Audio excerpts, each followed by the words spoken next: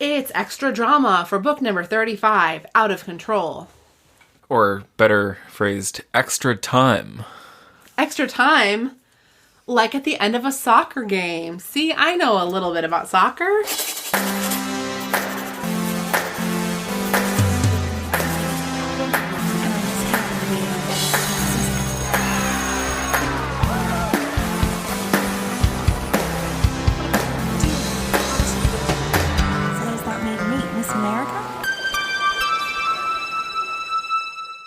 And there's no one better in extra time than Aaron Dallas.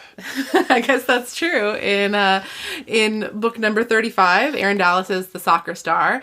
Sam Brandt is here with me again. And Sam, first of all, thank you for joining me again. Thank you.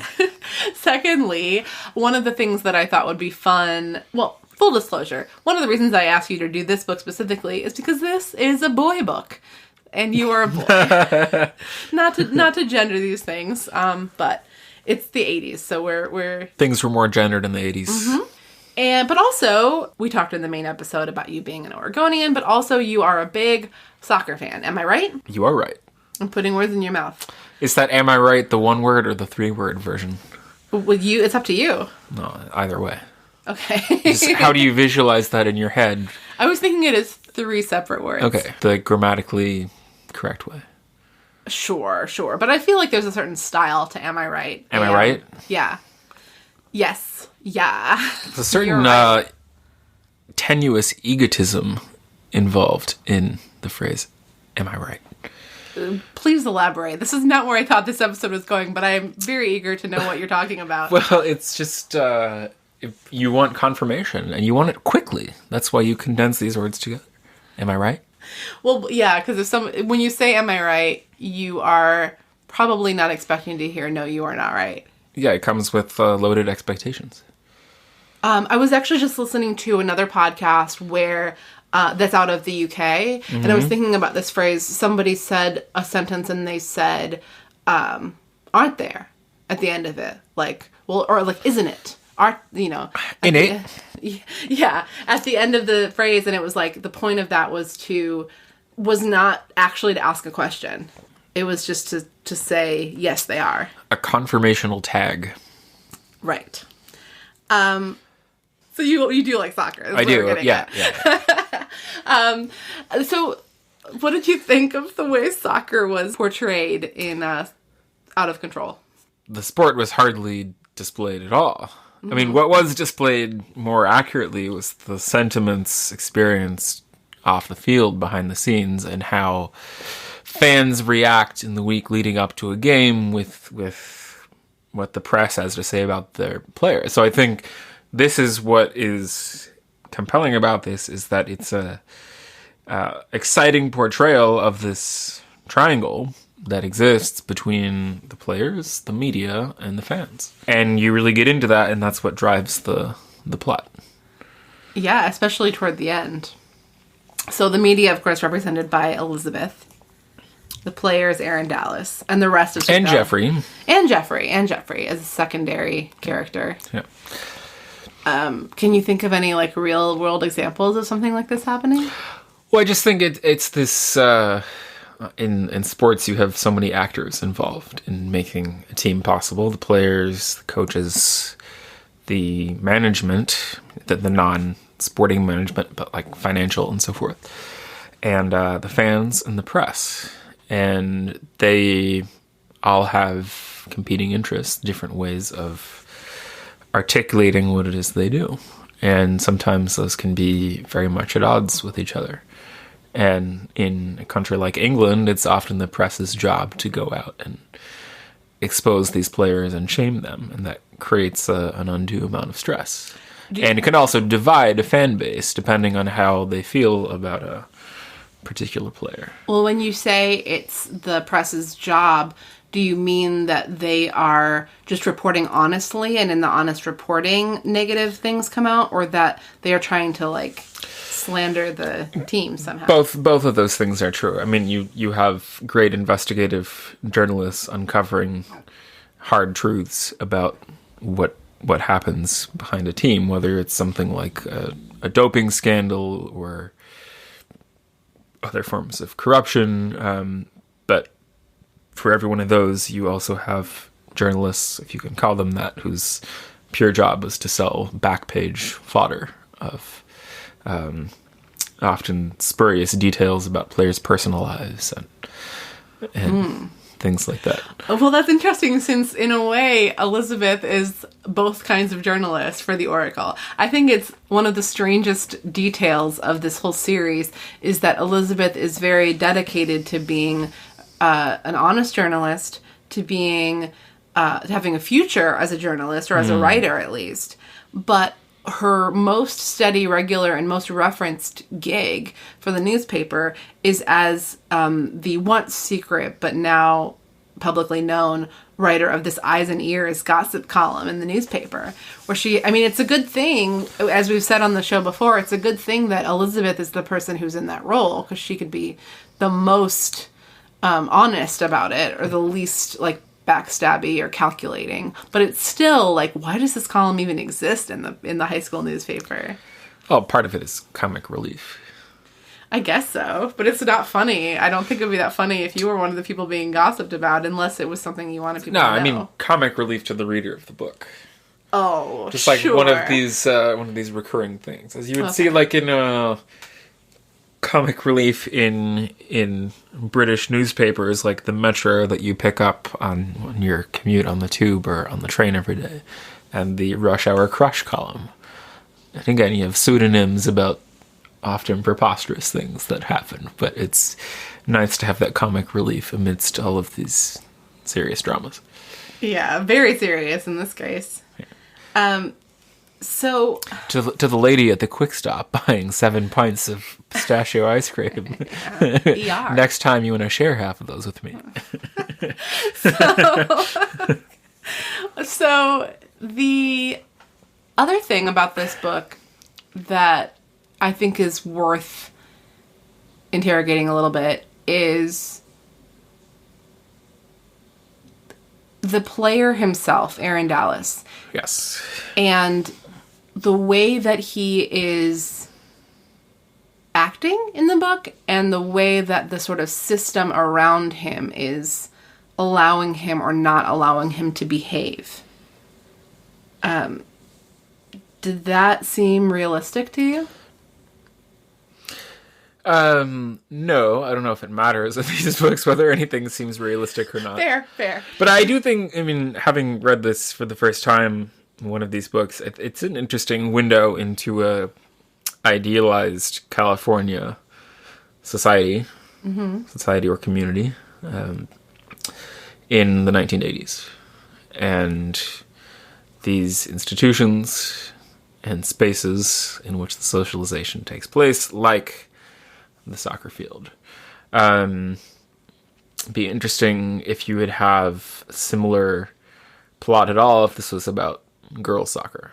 Are there any of the books that talk about girls soccer or other sports? Or the sports plots always around boys? I know that there's a book eventually called Ms. Quarterback about a girl who plays on the boys football team. American high schools still don't have girls football teams. One thing, in terms of soccer, I thought the book actually kind of points out that it's sort of weird that they care so much about soccer at all. There's a passing line where someone says, who would have thought that Sweet Valley High would go soccer crazy? Mm-hmm. So to me, I read that as, especially in, the mid-'80s, soccer was not necessarily a super popular sport that people got really crazy about. Do you think that's true? Yeah, I think that's true. And I think one of the things I wonder in here is the context. So what time of year is this taking place? Is it only popular because it's not during football season or basketball season? Yeah. Sorry, I only laugh because that's the perpetual question of anything that happens in Sweet Valley High is when is it? Maybe that's one of the reasons why it's set in California is because, you could look out the window right now and be when is it? It's been kind of cold lately, but not today. And so it's is it April? Is it December? Is it October? No, it's January. Gladiators, it'll be February when you're listening to this, but similarly in these books, it's when are we? Like, did spring break happen already? Or is it about to be Christmas vacation? Nobody knows, because... Are there Christmas books? There are special Christmas books. They take place sort of separately as, like, special edition books. Halloween, 4th of July? 4th of July, yes. Halloween, we haven't gotten to any yet that involve Halloween, which is a shame, because Halloween seems like it'd be pretty interesting. Oh, in Sweet Valley. lots of drama.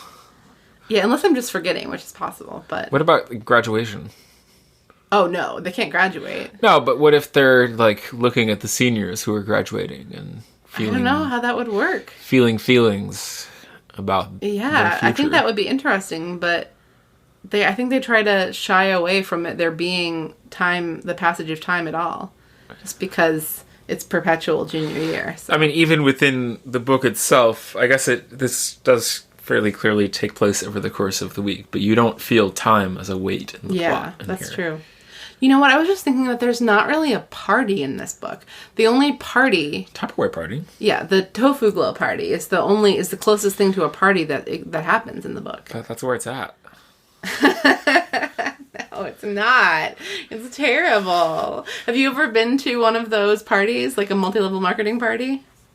I can't say I have. Well, I'm not surprised that you haven't been, because I feel like it is kind of like a ladies' thing. I mean, not that it has to be by any means, nor should it be, but it is sort of something that, it tends to be women, not always, but it tends to be women having these little businesses. Mm-hmm. And it tends to be them inviting their girlfriends over. It doesn't have... I mean, sometimes the companies lend themselves to it. Tofu Glow as beauty products certainly lends itself to a female client base and sales base. But I know men that have worked in that arena as well. Cutco Knives is a very gendered MLM the other way. I guess so, but the only people I've ever known who sold Cutco Knives were women too. Really? Okay. Yeah. But you've not... Do they have parties? I don't think so. I mean, a knife party doesn't sound... Well, I mean, you can, use them to cut up cheeses. Is Cutco an MLM? I've always thought of it as a pyramid scheme. I mean, it's quality products, but it is a... Yeah, I guess both things can be true. The question of the MLMs is, how do the people that are doing the selling of the product fit into the scheme? But yeah, I've been to... There was some kind of candle one. Multiple Mary Kays. Nail wraps. Anyway, this is not important. But I've been to so many. Tupperware. Is this in the 90s in Indiana? Some, but not all. Some of them were in the 21st century. So Aaron Dallas and playing soccer, I think... As a fan, you read this book and you're like, okay, yeah, this is about this great athlete, all well and good... But the understanding of how the game actually works is extremely limited. And the vocabulary she uses to describe his playing. So, of course, for me, it was I would like to read this where there are several pages describing the game itself and how it flows. But instead, she just starts the paragraph, and the team emerged victorious with Aaron Dallas scoring goals. Yeah, there aren't really any details about what position people are playing, who the other players are, what their roles are. Right. But I think that one of the things that, if it's not on purpose, is, I don't know, it could be on purpose, but there's this weird thing of the initial moment where Aaron gets so mad is such an everyday thing. Any sport that you watch where fouls are called, which is most sports, or outs are called. We watch on TV, we watch the players get mad. We watch them get really mad. Oh, and the coaches get even madder. Yeah, so that's normal, especially during actual important gameplay. In practice, it's a different thing, right? The stakes are so low. But I do think it can be, it is kind of a emotionally charged, maybe even testosterone fueled kind of situation where you could see an outburst. But to escalate it to the point of, I'm going to punch my teammate, or I'm still going to be mad about this hours later, it just seems wild to me. Yeah, well, practice is somewhere where your competitive streak can really come out, because it's the space where you are proving yourself. Yeah, I guess that's true. And in games are something you really have to manage, because if he did that in the game, he would be sent off. That's true. Immediately. In practice, well, you can, I guess, get away with that depending on how your coach disciplines his players. Because it's an internal matter as opposed to a third-party arbiter. If this book were coming out in the 21st century, I think that the writer could write about, like, yellow cards and stuff like that, and the readers would understand it. Even, like, little girl readers would understand what that means. Yes. Or they could explain it. The American public's knowledge about the game of soccer has increased dramatically since the 1980s. Yeah. It's still, even though, I don't know how you feel. I was conflicted at the end of the book about Aaron being allowed to play. Because on the one hand, you feel so proud of him for having come to terms with his problem. But on the other hand, he has punched 2 people at his high school that are both teammates on his soccer team. Like, the first punched person should have gotten him probably expelled. not just suspended from the team for a couple days, and not just kicked off the team or, suspended from the big game or any of that stuff. Expelled. Mm-hmm. But instead, he's just allowed to go on... I think, his word that he's trying to change. I think the justification there is that he... Well, yeah, that he... Oh, no. The justification is that this is the thing that he loves doing. That's true. We didn't really get into that. And if you deny him that, things are going to be even more fucked up. And Coach Horner did want to sort of stick to his guns. And Mrs. Green kind of asked Coach Horner, I think it would really be great to give Aaron one more chance to prove that he really is as good as his word here. He hadn't really shown any contrition in the past. This is the first time he's shown any sense that something needs to change at all, let alone a sign that he is dedicated to changing something. Yeah. And that the act of being on the soccer team at all will be healing for him. Because I think it's just kind of a coincidence that it's the only thing that we really see him get mad about. Because it's just like, that's his life right now. So that's the only thing he has to get mad about. Yeah. But yeah, I think that I feel that it's fine that he got to play because they made it clear that this was about giving him a chance and proving him to be a good guy, rather than, hey, let's throw everything under the rug so we can win this game at all costs. Yeah, and it's not like everybody at school didn't know what happened. Both with, like, everybody knew, the book describes that everybody knew what happened between Aaron and Jeffrey, like, instantly. And Jeffrey wasn't even talking about that, but it was, like, out on the lawn where everybody could see. So. Things still spread like wildfire even before a social media age. Mm-hmm. It's so true. It's so true. Well, Sam, thank you so much for having this conversation with me. You're just very thoughtful as always. Thank you for sharing your soccer knowledge and your arcane knowledge of sports writing in the UK. And thank you for your creativity in putting this on and for facilitating what I think has been a productive discussion. Speaking of arcane knowledge, thank you, Sam. I think you're the first guest to put it so eloquently. Listeners, tune in next week to find out about Julie and Joanna Porter and who they are, for among other things. Bye.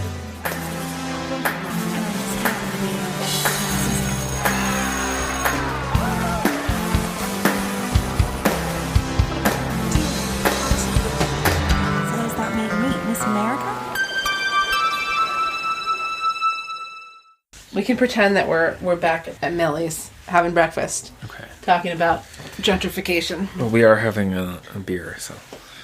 Indeed. That changes everything. Yes. Oh. Okay.